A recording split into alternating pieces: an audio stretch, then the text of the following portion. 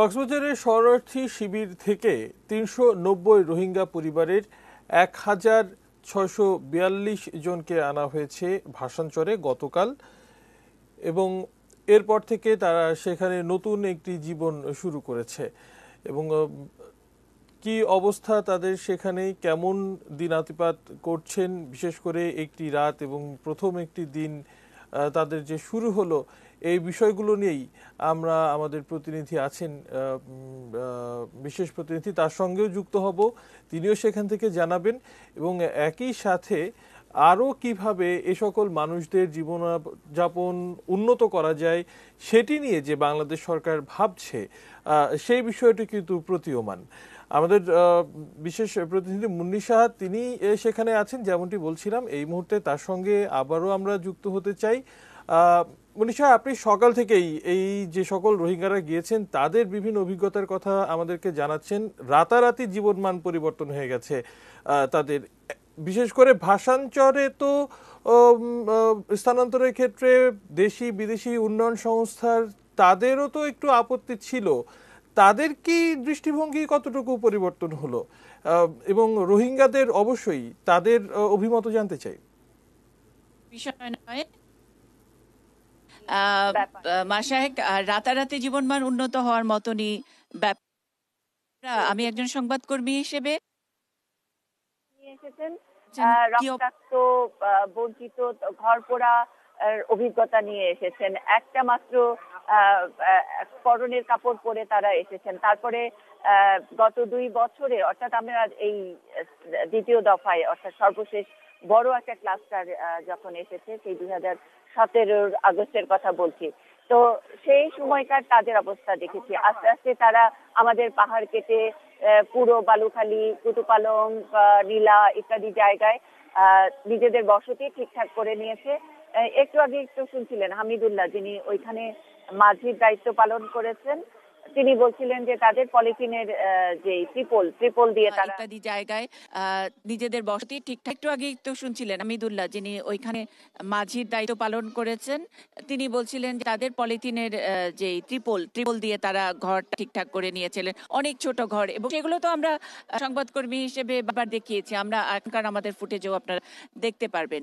তারপরে যখন নাকি তারা যখন কি এই 1600 মানুষ গত সন্ধ্যা তারা এসেছে এখানে ওয়্যার হাউসে, তারা বসে একটা মোনাজাত করেছে, শুকরিয়া আদা করেছে এবং তারপরে যার যার ঘরে ঢুকেছে এবং প্রসেসটি করতে কিছুটা সময় লেগেছে। লাইন করে করে তারা তাদের জায়গা ঘরগুলো খুঁজে নিয়েছে। তারপরে রাতের ঘুম শেষ করে এখন সকালবেলা যে ছবিটি দেখেছি, আগে বলেছিলাম যে বাচ্চারা খেলছে, একটু আনন্দ, একটু আগে কথাও বলছিলাম, আর কথা বারবারই বলছিলাম, যার ব্যবস্থাপনা যিনি এই প্রকল্পটির পরিচালক, প্রকল্পটি নিয়ে অনেকে নামটা একটু মিসগাইড করছেন যে রোহিঙ্গাদের জন্য ভাসানচরের প্রকল্প।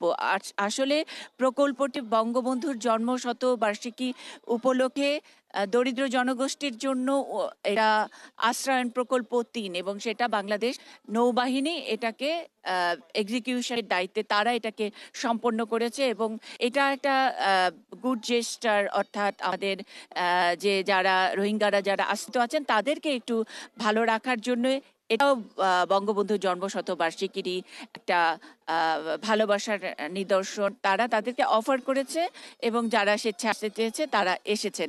এসে সকালটা কি দেখেছেন তার একটা নমুনা আমরা দেখিয়েছি। আর এই মানুষটিকে পেয়েছি আমরা, তাকে এই জন্য আটকে রেখেছি, যার কথা বারবারই বলছিলাম, আব্দুল্লাহ আল মামুন চৌধুরী। তিনি এই প্রকল্পের পরিচালক।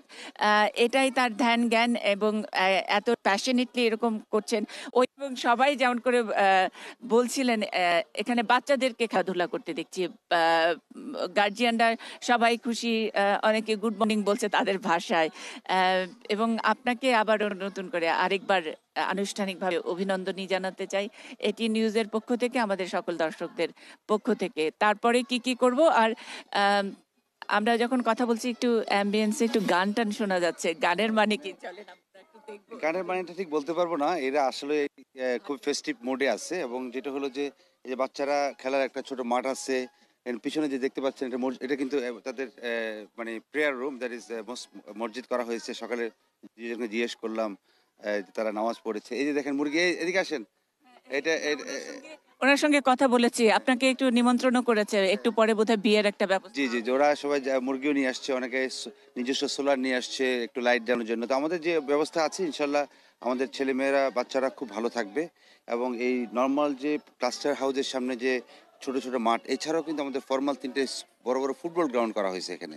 বাচ্চারা তো এমনিতেই রাস্তা এবং এখানে ক্রিকেট খেলছে। হ্যাঁ ইনশাল্লাহ আমাদের। আপনার গানের উৎসটা একটু দিন। হ্যাঁ আচ্ছা।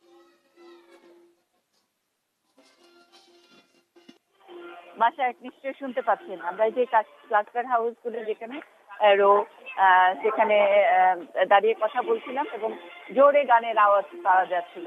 তো আমি নিজেও জানি না কোথা থেকে আসছে, এবং তার আব্দুল্লাহ আল মামুন চৌধুরী তিনি ঘুরে ঘুরে দেখছিলেন, আমরা সাংবাদিকরা ওনার তিনি ঘুরে ঘুরে দেখছিলেন, আমরা সাংবাদিকরা ওনার সঙ্গে আমরা আরেকটা জায়গা এই ক্লাস্টার হাউসে। সব কাপড় চোপড় আজকে পেয়ে যাবেন, কারণ কালকে আমরা রাত হয়ে গেছে তো আজকে আমাদের সব জিনিসপত্র পেয়ে হয়ে গেছে তো আজকের মধ্যে সব জিনিসপত্র পেয়ে যাবেন ইনশাল্লাহ। কালকে থেকে খুব আরামে থাকবেন, ঠিক আছে? এই গান কার? এই গানের কার? আপনার নাম কি? ফির মাহমদ। ফির মাহমদ। কি হিন্দি গান শোনেন? হ্যাঁ বাংলা শোনেন না? বাংলায় শুনি, বাংলা। আর কি কি নিয়ে এসেছেন? আর কি নিয়েছে আর কিছু জানি নাই, আজও খাবার টাবার আনতে পারি নাই। কাপড় টাপড় আনতে পারেন না? কাপড় টাপড় সব এখানে দিয়ে দাও তো। ভালো লাগতেছে নি? ভালো লাগতেছে, ভালো লাগতেছে। কি কি গানের ইয়ে আনছেন? মেমোরি আনছেন? গানের মেমোরি আনছেন? আনছি মোবাইল আনছি মেমোরি আনছি, সব আনছি। হ্যাঁ তারা হ্যাপি। এই যে ছোট বাচ্চারাও আছে, হাতে মেহেন্দি দেওয়া বাচ্চা, ভেরি ইন্টারেস্টিং। মেহেদি কি এখন লাগাইছেন? এটা তো আমাদের বাইরে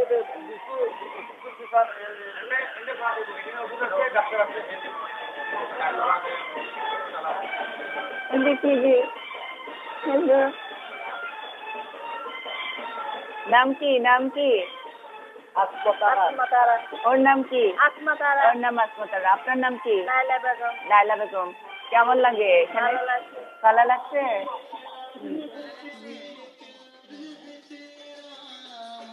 ঠিক আছে, হ্যাঁ ইনশাল্লাহ ভালো থাকবেন। এখানে অনেক ভালোভাবে থাকতে পারবেন। আপনাদের যে চিকিৎসার ব্যবস্থা আছে, আপনারা নিজেরা ওই পাকঘরে কুকিং করে খাবেন। আপনাদের যে চুলাঘর একটা যাই, এই যে চুলা মাশায়েখ, আমরা যেটা বলছিলাম যে এখানে যে ব্যবস্থাপনা সেটা নৌবাহিনী এটার পুরোটা তত্ত্বাবধান করছেন, এবং এই প্রকল্পটির পরিচালক আব্দুল্লাহ আল মামুন চৌধুরী। আমরা যাকে বলছিলাম তিনি তার আসলে পদ পদবি ভুলে গিয়ে তিনি কেমন করে কাজটি করেন এখানে একটা মিথের মতন। আমরা আসলে এই ভাষাঞ্চরে ল্যান্ড করার আগেই জাহাজেই তার অনেক গল্প শুনেছি। তিনি কালকে রাত 12টা অবধি তাকে ঘুরিয়ে বেড়াতে দেখেছি। এবং প্রকল্প দায়িত্বে সর্বময় কর্তা যদি বলা যায়, কিন্তু সেই কর্তা এইভাবে বন্ধুর মত পুরোটা ইঞ্চি প্রতিটা মাটির কণা উনি চেনেন এবং জানেন। রাতে এখানে যে সুন্দর বাজারে ওখানে মহিষের দুধের চা পাওয়া যায়, ওখানে বাজারে কি কি সবজি ইত্যাদি পাওয়া যায়, সবই তার নখদর্পণে। সেটাও ঘুরে ঘুরে দেখিয়েছেন। এবং এখন আজকে সকাল থেকে রোহিঙ্গারা অনেকেই যাচ্ছেন, বাজার ঘুরছেন, রাস্তা ঘুরছেন, খেলার মাঠে গেছেন, এবং মসজিদ আছে দুটি, সেই ভোরবেলা সেই মসজিদেও নামাজ আদায় করেছেন এখানে যারা এসেছেন তাদের মধ্যে অনেকেই। স্যার কি দেখাবেন? এখানে যেটা বলেছিলাম যে মাঠে গেছেন এবং মসজিদ আছে দুটি, সেই ভোরবেলা সেই মসজিদেও নামাজ আদায় করেছেন এখানে যারা। স্যার কি দেখাবেন? আর এখানে যেটা বলেছিলাম যে এখানে প্রত্যেকটা আগে যে আমাদের লাকড়ি দিয়ে চুলার পাকানো যে কনসেপ্ট, এটা কিন্তু এখন লাগছে না। এখানে প্রত্যেকটা সিলিন্ডার নিচে রাখতে পারবে সবাই, ফ্যামিলি 8টা ফ্যামিলির একটা কনসোল আছে, এখানে আলাদাভাবে চুলা পাকাতে পারবে। একই সঙ্গে 16টা সিস্টেম আছে, ওই পাশে 8টা ফ্যামিলির জন্য আছে। টোটাল 16টা ফ্যামিলি কিন্তু এই বাসায় কুকিং করতে পারবে ইনশাআল্লাহ। একই সঙ্গে 16টা হ্যাঁ 16টা ফ্যামিলি। এবং এখানে ওই যে পানি টিউবওয়েল। স্যার কালকে আমি আপনার পানির গল্প করছিলাম যে পানিটা একটা ব্লেসিংস এবং এটা একটা ইঙ্গিত যে এই জায়গাটার মানে সাস্টেনেবিলিটি, যে চরটা যে মাটি হয়েছে। আমরা নিজেরও প্রথম যখন আসছি খুবই সারপ্রাইজ হয়েছি। ইভেন আমাদের চিটাগং এলাকায়, আমি যেহেতু নৌবাহিনী, ইপিজেড এলাকায় কিন্তু পানি এখনো সল্টি, বাট এখানে খুব ক্লিন ওয়াটার পেয়েছি আমরা 720 থেকে 780 ফিটের মধ্যে।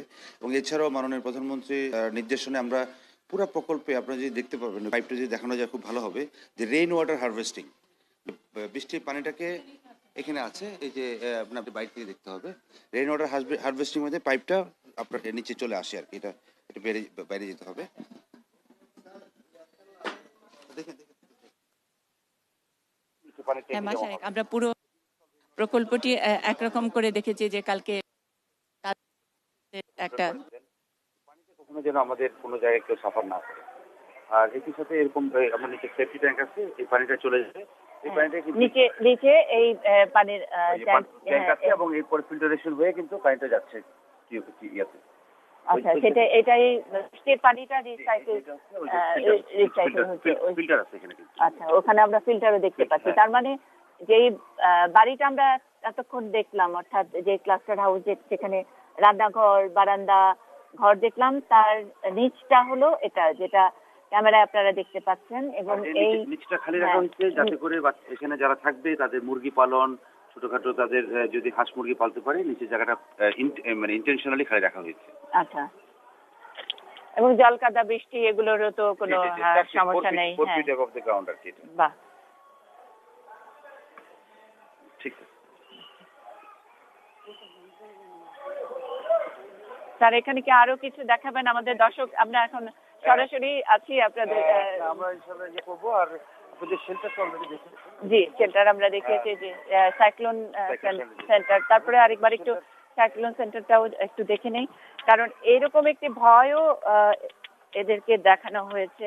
কাল বিকেলবেলা যখন আমরা এখানে আসা রোহিঙ্গা মায়েদের সঙ্গে কথা বলছিলাম, তারা হাসতে হাসতে বলছিলেন যে বাঘে কাটবে, কুমিরে কাটবে, এখান থেকে ঝড় আসবে ইত্যাদি, এই ধরনের কথা ওখানে ওই ক্যাম্পে তাদেরকে এরকম গুজব অপপ্রচার করা হয়েছিল। এখানে দাঁড়িয়ে কথা বলছিলাম। তো নিচের তলায় এটা কিন্তু ইনফর্মাল লার্নিং সেন্টার করার জন্য যে কোনো শেল্টার ইউজ করা যাবে। একই সাথে তাদের আপনারা এটা যে বাফলোস বা গরু ছাগল আপনাদের দুর্যোগকালীন সময় আমরা নিচের তলায় রাখা যাবে। এই হাইটটা দেখতে পাচ্ছেন, এটা হলো 14 ফিট অ্যাবভ দ্য গ্রাউন্ড। আমাদের প্রতি শেল্টারে নর্মালি পিস টাইমে 26টা করে ফ্যামিলি থাকবে। আর যদি ইয়ে হয়, যখন দুর্যোগকালীন সময় হবে, এই ফ্যামিলিরা যারা এখানে অবস্থান করছে সবাই শেল্টারে অবস্থান করবে। এরকম না যে অনেক দূর গিয়ে শেল্টারে উঠতে হবে, নট লাইক দ্যাট। এখানে যে কোনো সাইক্লোনিক স্টর্মিং ওয়ার্নিং হলে আমরা ওদেরকে এখানে নিয়ে যাব, so that they remain safe. এমনিতে নরমালি তো এই সাইক্লোন সেন্টার গুলো খালি থাকবে না, এখানে তো ফ্যামিলিরা থাকবে, যারা টোটাল 26টা মানে টোটাল 92 জনের ব্যবস্থাপনা এখানে করা হয়েছে। আপনার এখানে রুম যেগুলি আছে, আর এই যে পাম্প পাশে যে হল রুমটা দেখতে পাচ্ছেন, যখন সাইক্লোন হবে সবাই এখানে গিয়ে লঙ্গরখানার মতো খাওয়ার ব্যবস্থা করা যাবে। এখানে সাইক্লোন সেন্টারটাও মাল্টিপারপাস ইউজের জন্য। কিন্তু আমরা রিসেন্টলি কমিউনিটি ক্লিনিক করেছি, এগুলিকে কনভার্ট করে কিন্তু করেছি। হেলথ ডিপার্টমেন্টের আন্ডারে আমাদের 4টাকে কমিউনিটি ক্লিনিক করা হয়েছে, 2টো 20 বেড হসপিটাল করা হয়েছে, এবং স্কুল করা হয়েছে 3টা ফর্মাল স্কুল, আর ইনফর্মাল মসজিদ করা হয়েছে 2টা প্রান্তে। আর একই সাথে আমাদের এগুলিকে এনজিওদেরকে আমরা অবস্থানের জন্য এগুলিকে দিয়েছি। আমাদের RRRC এবং সিভিল অ্যাডমিনিস্ট্রেশন অবস্থান করে সেরকম একটা বিল্ডিং করেছে, এবং ইউএন এবং আইএনজির জন্য একটা বিল্ডিং করা হয়েছে। এগুলি আমরা 9টি বিল্ডিংকে গত 2019 সাল থেকে আমরা কনভার্ট করে করে আমরা অবস্থানে রেডি রেখেছি, যাতে করে যে কোনো সংস্থা আসলেই এখানে যেন সরাসরিভাবে অবস্থান করতে পারে। এবং বর্তমানে আপনার RRRC মহোদয়ের যারা আসছেন এবং যারা এনজিওদের আসছেন, ওরা কিন্তু ওখানেই অবস্থান করছে। দুইটা ইস্যু। প্রথমটা হলো যে এরা যেসব কাজ করবে, মানে তাদেরকে তো আমাদের যে নিয়ম হয়েছে, তাদেরকে তো আমরা ক্যাশ দিতে পারি না, মানে তাদেরকে তাইলে তাদের লাইভলিহুডের যে ব্যবস্থা এবং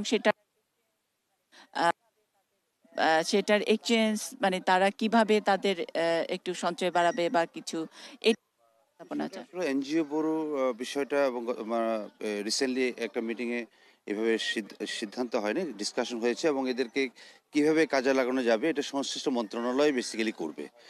আর যদি কোনো ধরনের সহযোগিতা প্রকল্প সাইড থেকে দিতে হয় তাহলে আমরা প্রোভাইড করব, বাট এটা সংশ্লিষ্ট মন্ত্রণালয় করবে, এবং এটা নিশ্চয়ই এই বিষয়ে কথা হলো যে তাদের হাতে টাকা দেওয়া যাবে না, কাজ করবে, কিন্তু সেটা সংশ্লিষ্ট মন্ত্রণালয় সিদ্ধান্ত নেবে বিষয়টা, সিদ্ধান্তের অপেক্ষায় কিন্তু করবে। এখানে তো ওইসব ক্যাম্পে তাদেরকে যেভাবে আইডল আমরা ফেলে দিয়েছি, তো নিশ্চয় আমার মনে হয় মাননীয় প্রধানমন্ত্রীর নির্দেশনা আছে এদেরকে কাজে লাগানোর বিষয়ে। এই বিষয়ে সংশ্লিষ্ট মন্ত্রণালয় খুব শীঘ্রই এগিয়ে আসবে এবং এগিয়ে আসছেও। বিভিন্ন সংস্থা এখানে ভিজিট করেছে, ফিজিবিলিটি স্টাডি হচ্ছে কী ধরনের স্কোপ আছে, এবং রিসেন্টলি কিছু কিছু কোম্পানি আমাদেরকে প্রকল্প পরিচালক হিসেবে, যেমন প্রাণ গ্রুপ, তারা আমাদেরকে সাবমিট করেছে। আমরা এটা সংশ্লিষ্ট এনজিও দপ্তরকে পাঠিয়েছি এবং এই ধরনের আমার মনে হয় এটা খুব শীঘ্রই শুরু করা যাবে, যেহেতু আসছে তারা। এটা আমাদের সময়ের ব্যাপার। আরেকটা জিনিস যে গতকাল আমাদের বাংলাদেশেরই অনেক মানে অনেক আহ, বা খরচ ফলো করেছি মানে আমি অ্যাজ যে ইফ এমনি যেভাবে আসলে ট্যাগটা দেওয়া হচ্ছে যে ভাষান্তরে রোহিঙ্গাদের জন্য আশ্রয়ণ প্রকল্প, ব্যাপারটি তো তা নয়। এটা তো বাংলাদেশের জন্যই বাংলাদেশের একটি আশ্রয়ণ প্রকল্প এবং সে কারণে আশ্রয়ণ প্রকল্প বাংলাদেশের একটি আশ্রয়ণ প্রকল্প এবং সে কারণে আশ্রয়ণ প্রকল্প ৩ এটার নাম, এবং বঙ্গবন্ধুর জন্মশতবার্ষিকীর সঙ্গেও এটার সাথে ট্যাগ করে দিয়ে সুবিধাবঞ্চিত মানুষদের, দুস্থ মানুষদেরকে থাকার একটা ব্যবস্থা করা, সেটার একটা ইচ্ছা নিয়ে এটা করা। এবং দ্বিতীয়ত এই যে এখন রোহিঙ্গাদের স্থানান্তর করা হলো, তাতে এক ধরনের খরচ বাড়বে। তো এইটা বাংলাদেশ স্বেচ্ছায় এত সব দায় কেন নিচ্ছে, কেন বাংলাদেশের এই যে রাজস্বের খরচগুলো কেন এদিকে যাচ্ছে, এইসব নিয়ে অনেকেই অনেক টেলিভিশনে আলোচনা করেছেন, কথা বলেছেন। আমি একটু আপনার কাছে জানতে চাই। এ বিষয়ে যে বলতে চাচ্ছি যে এটা আসলে টেম্পোরারি সেটেলমেন্ট, যেটা হলো যে এইটার হিসেবে রোহিঙ্গাদেরকে এখানে সাময়িকভাবে অবস্থানের জন্য। যখন রিপ্যাট্রিয়েশন প্রসেস শুরু হবে তারা কিন্তু এখান থেকেও যাবে, কক্সবাজার থেকেও ফেরত যাবে। আর এই প্রকল্পের নাম আশ্রয়ণ দেওয়া হয়েছে এই জন্য, বা এটা যখন ফেরত যাবে, এই প্রকল্প এখানে যারা অবস্থান করবে, এখানে দুস্থ বা জন্যই এটা কিন্তু ওইভাবেই আশ্রয়ণ। আমরা বাংলাদেশে আশ্রয়ণ প্রকল্প শুরু হয়েছে অনেক আগের থেকে। সশস্ত্র বাহিনী বিভিন্ন জায়গায় আশ্রয়ণ প্রকল্প করেছে। ঠিক ওই কনসেপ্টে কিন্তু এই নামটা আশ্রয়ণ, মানে ভাষাঞ্চল প্রকল্প নাম দেয়নি, রোহিঙ্গা প্রকল্প নাম দেওয়া হয়নি। এবং এটা আশ্রয়ণ প্রকল্প নাম দেওয়া ওই directly only for that purpose, যাতে করে এটা আমাদের দুস্থ আমাদের জনগণরা যেন ব্যবহার করতে পারে। এবং একই সাথে যারা আমার মনে হচ্ছে যে গ্র্যাজুয়ালি আমাদের যে ইনফ্রাস্ট্রাকচার, আমাদের যে ভবিষ্যতে যে ইউএন প্রোটেকশন টিম এখানে যে ভিজিট করার যে প্ল্যান, আমার মনে হয় আমাদের এই আগমনটা, এই যে ওদের যা নিয়ে আসছে, ওরা সুন্দরভাবে অবস্থানটা, এটাকে আমাদের এক্সপিডাইট করবে। এবং আমরা সার্বিকভাবে প্রকল্পের দিক থেকে আমরা প্রস্তুত। এখন সংশ্লিষ্ট মন্ত্রণালয় সংশ্লিষ্ট ব্যক্তিদের প্রক্রিয়া নিয়ে আসলে আমরা ইনশাল্লাহ আমরা এসে মানে যেরকমটা দেখছি, যেরকম ব্যবস্থাপনা, এবং ওখানে যেরকম দেখে এসেছি, যে যেরকম রিসিভ করেছি সেই সময়, তো তার সঙ্গে তো একেবারে এক রাতে জীবন বদলে দেওয়ার মতন অবস্থা। এবং তারা যখন এই রকম একটা লাইফে অভ্যস্ত হয়ে যাবে, আবার কি ফেরত যেতে চাইবে? যতই রোহিঙ্গাতে শান্তি আসুক আর যাই আসুক, তাদেরকে ফেরত যাওয়াটা আসলে এটা সম্পূর্ণভাবে মানে সরকারের সিদ্ধান্ত যখন হবে তখন অবশ্যই তাদের দেশে ফেরত যেতে পারবে। এবং এরাও তাদের দেশে কিন্তু ফেরত যেতে ইন্টারেস্টেড। তারা নিজস্ব ভূমিতে সবাই নিজের জায়গায় ফিরে যেতে চায় এবং তাদের কষ্টের মধ্যে ছিল দেখে তারা আসছে, নাহলে কিন্তু আসতো না। তো এটা আমার ধারণা, যখন ওখানে একটা এনভায়রনমেন্ট হবে, সিচুয়েশন ক্রিয়েট হবে, এরা অবশ্যই ফেরত যাবে। আরেকটা কথা যে তারা মেইনল্যান্ডে, এটা জাতিসংঘের একটা কি বলবো আবদার, ঠিক তাদের সাজেশন নাই, আবদারের মতন করে জাতিসংঘ এই জায়গাটা ঠিক করে ভালো করে জানে কি জানে না সেটা নিয়ে তাদের একটা আপত্তি প্রকাশ করেছে এবং বলেছে তাদেরকে মেইনল্যান্ডে যেতে দিতে হবে। এটার মানেটা কি? মানে কোথাও কি পৃথিবীর ইতিহাস স্ট্যাটাসও যারা পায় তারা কখনো এত মানে এইভাবে ফ্রিলি মেনদের সঙ্গে মিশে যাওয়া বা যেতে দেওয়ার ব্যাপার থাকে? এই বিষয়টা আসলে সংশ্লিষ্ট ব্যাপার থাকে? এই বিষয়টা আসলে সংশ্লিষ্ট মন্ত্রণালয় এমওডিএমআরই দেখবে। বাট আমার যেটা ধারণা, যারা আসছেন ভলান্টিয়ারি, তারা কমিউনিটি বেসড হিসেবে আসছেন। তাদের খালা, মামা, চাচা ওদেরকে নিয়েই কিন্তু আসবেন। তো এই প্রসেসটা যদি এখান থেকে গ্রাজুয়ালি যদি ওইভাবেই আসে, আমার মনে হয় খুব একটা বেশি যাওয়ার ইচ্ছা প্রকাশও করবে না, ওয়ান্স দে আর সেটেল এবং তারা যদি এখানে কমফোর্টেবল থাকে। এখন পরবর্তীতে ওদের দেখা করতে দিবে কি দিবে না, এটা সংশ্লিষ্ট মন্ত্রণালয় হয়তো তাৎক্ষণিক সময়ে এটা বিচার করবে, এটা আমার ধারণা। সেটার ব্যাপারেও কথাবার্তা হচ্ছে যে যদি কেউ ওই ক্যাম্পে আর এই ক্যাম্পের মধ্যে যদি দেখাশোনার একটা ব্যাপার থাকে, তাদের ট্রান্সপোর্টেশন অথবা তাদের নিয়ে যাওয়া হবে কি হবে না, সেটা হয়তো পরবর্তীতে আপনারা এটা মিডিয়ার মাধ্যমে জানতে পারবেন। এখানে যারা আসছেন, আমি যাদের শুনলাম যে গতকালকে থেকে তারা অনেকে বলতেছে অনারা চলে, এই জন্য মানে দে আর ফিলিং বেটার হিয়ার। তো এরকম ইমপ্রেশনে পাচ্ছি আমি। তো এটা আমি আসলে এখন আমার আমার দায়িত্ব, যেটা আমি প্রকল্প পরিচালক হিসেবে আমরা সুষ্ঠু একটা ব্যবস্থা রেখেছি। এখানে রোহিঙ্গা ভাই বোনদের যদি আসার ইয়ে থাকবে আমাদের মাধ্যমে আমাদের আসলে মানে দেশেরই ক্ষতি। জি স্যার, আরেকটা জিনিস যে একেবারে সকালবেলা এসে প্রথমে এই ছবি তুলতে গিয়ে যেটা শুনেছি এরকম, আপনি যে কথা বললেন যে ফোনে তারা কথা বলছে যে তোমরা আপনি যে কথা বললেন যে ফোনে তারা কথা বলছে যে তোমরা চলে আসো, আমরা শান্তিতে আছি। তো গতকালই মাত্র ১৬৪২ জন এসেছে। স্যার মানে এখনই মানে আমার মনে হয় এক ধরনের তাড়া থাকবে আসার জন্য। নেক্সট স্লট কবে আসবে এরকম কোনো প্ল্যান আছে কিনা? সংশ্লিষ্ট যারা আছেন তারাই সিদ্ধান্ত নেবেন আর কি। মানে আমাদের নৌবাহিনীর পক্ষ থেকে আমরা সম্পূর্ণভাবে প্রস্তুত সহযোগিতা প্রদান করার জন্য। হ্যাঁ, এটা RRRC এবং আসলে ডিস্ট্রিক্ট স্টেশন এবং পুলিশরাই পুরো বিষয়টা নিরাপত্তা সবকিছু। অনেক ধন্যবাদ। রেডি করলে আপনারা পরে মাসে যেটা আর বলছিলাম করবেন। অনেক ধন্যবাদ, অনেক ধন্যবাদ। মাসেক যেটা বলছিলাম একেবারে পুরোটাই দেখা হয়ে গেল এক সকাল, এবং সকালের সঙ্গে পুরো যারা এখানে যারা উঠেছেন তাদের সকালটা কেমন হয়েছে। ভালো ঘুমিয়েছেন, ভালো থেকেছেন, ভালো আছেন এবং আনন্দের কথা জানাচ্ছেন, গানও শুনছিলেন সকালবেলা উঠে। তো এরপরে যারা নানা রকম সন্দেহ থাকছে তাদের কিছু ইত্যাদি, সেগুলোর সন্দেহের ব্যাপারটা যদি না যায়, এটা এক ধরনের কি বলবো যে বাংলাদেশ সম্পর্কে এক ধরনের নেগেটিভ প্রচারণায় যারা আছেন তাদের অন্তত এখানে এসে দেখে যেতে কারোই কোনো বাধা নেই। সুতরাং আমরা আমাদের দর্শকদেরকে, বাংলাদেশের মানুষদেরকে সরাসরি দেখে নিচ্ছি এবং যা মনে যা প্রশ্ন আছে, যা সন্দেহ আছে সবকিছুই সরাসরি আমরা জেনে নিলাম এখানকার প্রকল্প পরিচালকের কাছ থেকে। আমরা অন্য আরো এইসব এই ভাষাঞ্চর প্রকল্পে আর কি কি ব্যবস্থা রয়েছে লাইভলিতে সেগুলো দেখার জন্য, আপনারা জানেন যে এটি চর এলাকা এবং এই চর প্রথমে যে প্রাণীটি সবার আগে আশ্রয় নিয়েছিল সেটি হলো মহিষ, এবং মহিষ হাজারে হাজারে মহিষ, এবং মহিষের বিষয় নিয়ে আমাদের সহকর্মীরা রিপোর্টও করেছে। আমরা সেই মহিষের প্রজেক্ট বাথান যেটা, সেখানেও হয়তো আমরা দেখবো যেখানে আমরা হয়তো দেখাতে পারবো যে এই এখন যারা রোহিঙ্গারা যারা এসেছেন তাদের মধ্যে কেউ কেউ চাইলে ওখানেও তাদের জীবন জীবিকা করে নিতে পারবেন। আমরা এখান থেকে বিদায় নিচ্ছি, পরবর্তী খবরে যুক্ত হব। অসংখ্য ধন্যবাদ মনীষা। নিশ্চয়ই আমরা আবারও আপনার সঙ্গে যুক্ত হব। আজ সারাদিনই আপনি জানাবেন সেখান থেকে কি অবস্থা। এই আশ্রয়ণ প্রকল্প 3-এ একেবারেই কম সময়ের জন্য আমরা আশা করতে পারি রোহিঙ্গাদেরকে সেখানে নেওয়া হচ্ছে। অচিরেই প্রত্যাবাসন যখন শুরু হবে নিজ দেশে তারা সেখান থেকে চলে যাবেন। তবে এই যে খানিক সময়ের জন্য হলেও তাদের জীবনমানে যে পরিবর্তনের জন্য বাংলাদেশ যে প্রচেষ্টা চালাচ্ছে সেটি অবশ্যই আন্তর্জাতিক এবং দেশীয় পরিমণ্ডলে সাধুবাদ পাওয়ার যোগ্য বলতেই হয়।